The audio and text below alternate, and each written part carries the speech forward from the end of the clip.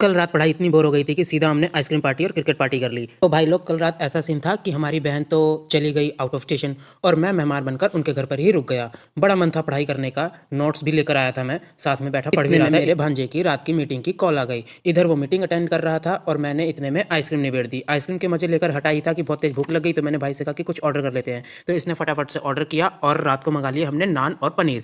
तो हम नान और पनीर के मजे लेते हुए आपस में गपशप कर रहे थे। इतने में गपशप करते करते भाई ने चैलेंज दे दिया कि तू तो मुझे क्रिकेट में हरा ही नहीं सकता, चल एक एक मैच हो जाता है। मैंने कहा चल आजा देखते हैं। तो हम दोनों ने मैच लगाया और ये सच कह रहा था, मैं तो सच में ही हार गया, पर हमने तो हार को भी जीत की तरह एंजॉय किया और सो गए। जब सुबह उठे तो देखा सूर्य देवता तो सर पर आ चुके हैं, इसका मतलब हम बहुत लेट हो चुके हैं। पर फिर भी कोई बात नहीं, हमने ताजी हवा ली और अंदर आकर हमने जैकेट पहनी और फिर से टूट पड़े नोट्स के ऊपर। नोट्स में जो भी क्वेश्चन लिखे थे उसकी हमने अच्छे से करी तैयारी, और तैयारी करते करते कब दोपहर का 1 बज गया हमें पता ही नहीं लगा। 1 बजा तो हमने देखा कि हमारा भांजा भी उठ गया है, तो उसकी एक्टिवा उठाई और चल दिए घर की ओर। घर पर आने के बाद हम सबसे पहले अंदर जाकर मिले अपनी माताजी से। माताजी ने कहा कि फटाफट से नहा धोकर तैयार हो जा, कुछ स्पेशल बनाया। मैंने कहा चलो देखते हैं। तो हम नहा धोकर हो गए तैयार। तो माताजी ने हमारे को गर्मा गर्म पनीर की सब्जी और साथ में रोटी दी। हमने उसको निबेड़ा और फटाफट से निकल गए फिर से भांजे के घर की ओर।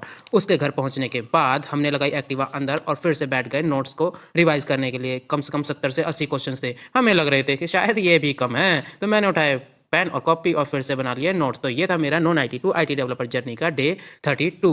कल मिलते हैं न्यू लर्निंग के साथ, और आप सब मेरे चैनल को सब्सक्राइब कर लें, और जो सब्सक्राइब नहीं करेगा ना तो उसके फ़ोन में वायरस आ जाएगा। मैं तो चला सोने। राधे राधे।